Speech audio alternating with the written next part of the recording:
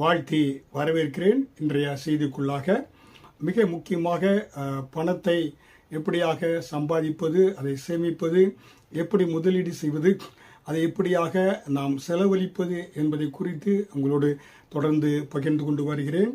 மிக முக்கியம். பணத்தை நாம் சம்பாதிப்பது மட்டுமல்ல, சேமிப்பது மிக மிக அவசியமாக இருக்கிறது. ஹல்லேலூயா.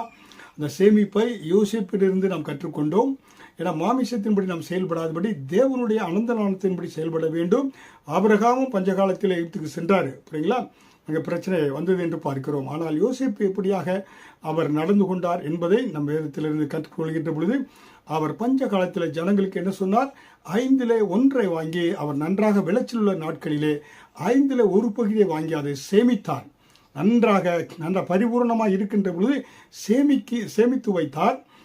அந்த சேமித்ததை பின்பாக 7 வருடங்கள் பஞ்சம் வந்த பொழுது அந்த சேமிப்பை எடுத்து அவர் ஜனங்களுக்கு மட்டுமல்ல, அன்றைக்கு அவருடைய எகிப்து தேசத்தை சுற்றியிருந்த எல்லா தேசத்து ஜனங்களுக்கும், உலகத்துள்ள மக்களுக்கும், அவங்க குடும்பத்தாருக்கும், சகோதரர்களுக்கு, தகப்பனார் எல்லாருக்கும் அவர் ஜீவரட்சனை கொடுக்கக்கூடியவராக இருந்தார் என்று நாம் பார்க்கிறோம். ஹல்லேலூயா.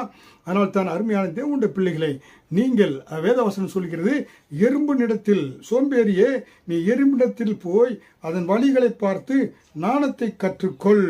அதற்கு பிரபுவும் தலைவனும் அதிகாரியும் இல்லாதிருந்தும் கோடை காலத்தில் தனக்கு ஆகாரத்தை சம்பாதித்து அறுப்பு காலத்தில் தனக்கு தானியத்தை சேர்த்து வைக்கும். புரியுங்களா? பார்த்தீங்களா எவ்வளவாக வேதவசனம் நீதிமொழிகள் 6வது அதிகாரம் வசனம் 6 முதல் 8 சொல்கிறது.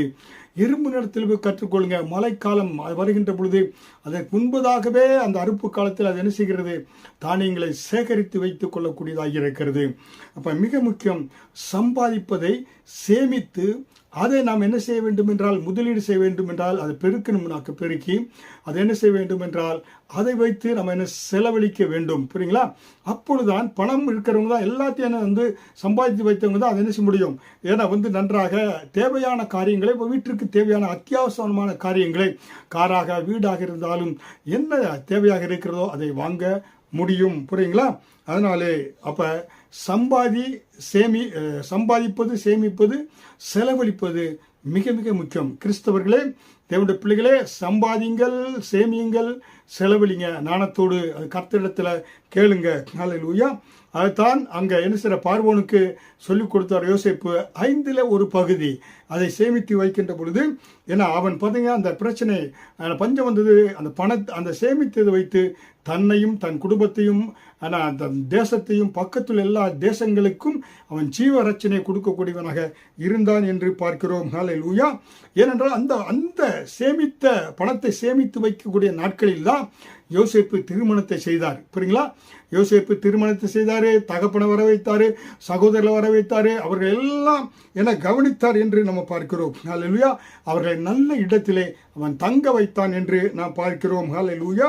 அப்போ நீங்கள் என்ன சொன்னாக்கா, பணத்தை சம்பாதிப்பது மட்டுமல்ல, அதை சேமிப்பது மட்டுமல்ல, அதை செலவழிப்பது மட்டுமல்ல, நீங்கள் உறவினர்களுக்கு, மற்றவர்களுக்கு கொடுக்கக்கூடியவர்களாக இருக்கணும். கொடுங்கள், அப்பொழுது கொடுக்கப்படும். அதற்காகத்தான் கர்த்தர் உங்களை வைத்திருக்கிறார், ஒரு பொறுப்பில் ஒரு இடத்துல வைத்திருக்கிறார் என்றால், நீங்கள் மட்டும் நன்றாக வாழ்வதற்கல்ல, நீங்கள் சம்பாதித்ததை சேமித்ததை என்ன செய்யணும்? மற்றவர்களுக்கு கொடுத்து நீங்கள் ஆசீர்வாதத்தின் ஊற்றுக்கண்ணராக இருக்க வேண்டும் என்று தேவன் பிரியப்படுகிறார். ஹல்லேலூயா.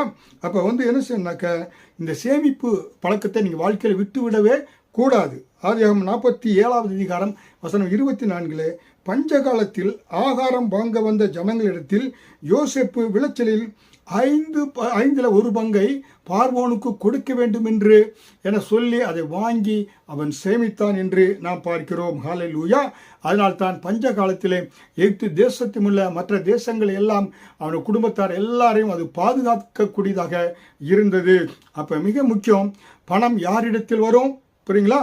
தன்னுடைய வாழ்க்கையிலே பணம் யாரிடத்தில் வைக்கும்? நீங்கள் 10ல் 1 பங்கு ஆண்டவர் கொடுக்குறீங்க, 1 பங்கை நீங்கள் சேமிக்கிறீங்க. அப்புறம் என்ன செய்கிறீங்க? அந்த 20 பங்கு கடனை அடைக்கிறீங்க. மீதியை என்ன செய்கிறீங்க? உங்களுடைய 60% மீந்ததை குடும்பத்துக்கு நீங்கள் வைக்கிறீங்க.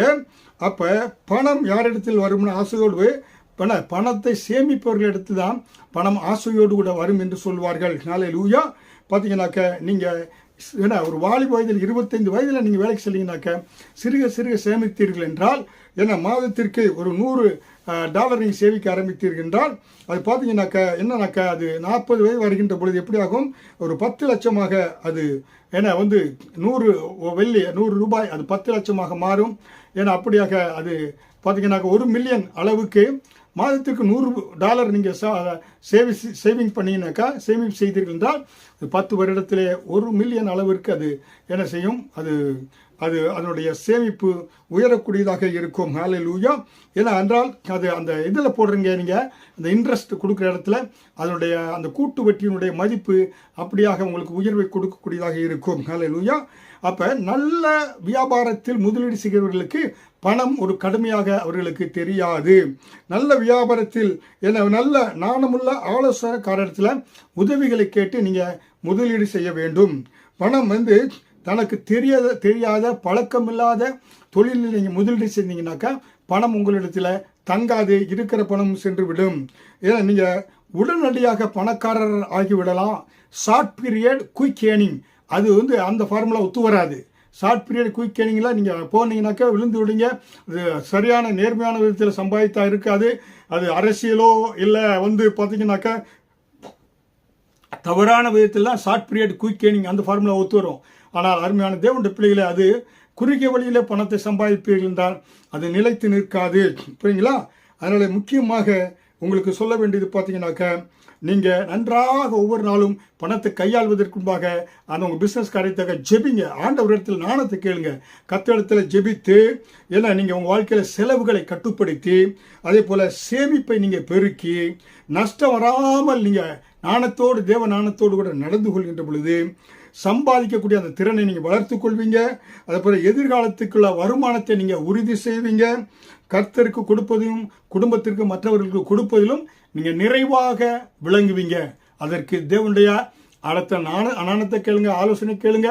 கர்த்தர் உங்களுக்கு அனந்த நாணத்தை கொடுத்து ஆசீர்வதித்து ஆண்டவர் உயர்த்தக்கூடியவராக இருக்கிறார். ஹல்லேலூயா. அதனாலே அடுத்த தொடரில் இன்னும் உங்களுக்கு சுவராசியமான காரியங்களை குறித்து சொல்ல இருக்கிறேன். அவளோடு காத்துக்கொண்டிருங்க. கர்த்தர் உங்களை ஆசீர்வதிப்பார். ஆமேன்.